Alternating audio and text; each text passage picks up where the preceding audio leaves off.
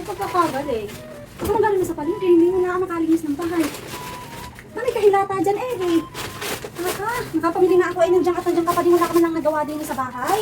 Oo, sis Mariose. Oo, sandali lang. Tinatapos ko lang itong ano. Umangbangon ka diyan at ako'y tulungan mo ng pagsalasa ng mga pinamili ko. Uy! Hilata eh. At iba, yun ang asikasuhin mo.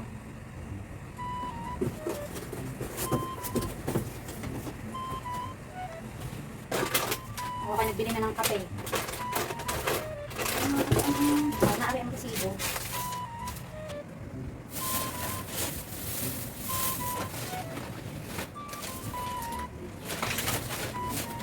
Ilagay mo agad sa rep ang gulay. Yan lang. Hindi naman kayo nakain ng gulay. May para sa akin na.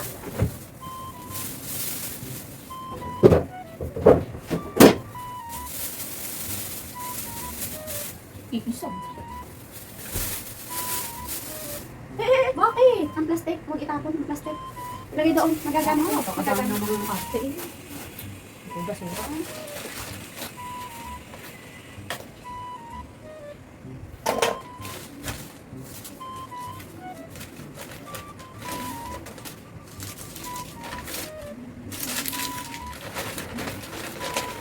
Aray. Ay. Gusto ko na lang mamaya.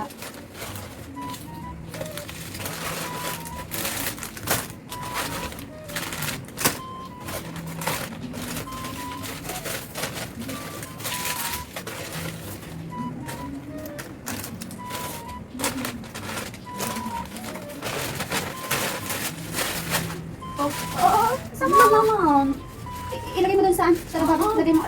Ilagay mo basura. Gagamitan. Gagamitan yan. Huwag mong, tinatapon. Sayang. Ikaw nga kaya magligpit. Ano ba to? Sira naman na. Tugot ah.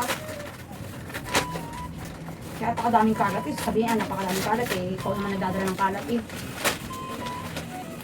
Kasi mga ganito dapat tinatapon na. May paggagamitan tayo. Alam mo ba kung magkano yan sa Marinduque? Kamahal niyan. Naibibit-bitin ko papuntang Marinduque pag umuwi ako. Itopin mo na maayos. Huwag mong gulumusin. Mukhang agulusin. Mga basura iniipon. Ilagay mo dyan. Dyan. At ako na nga magtutupi. Pilaan ang hindi pa alam.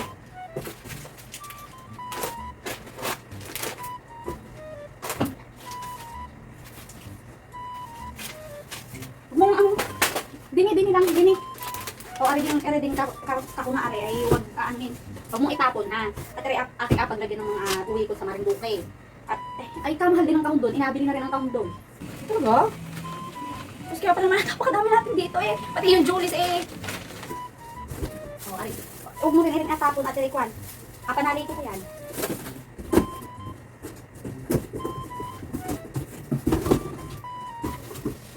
Ang lahat ng mga bagay-bagay, pwede mong i-recycle.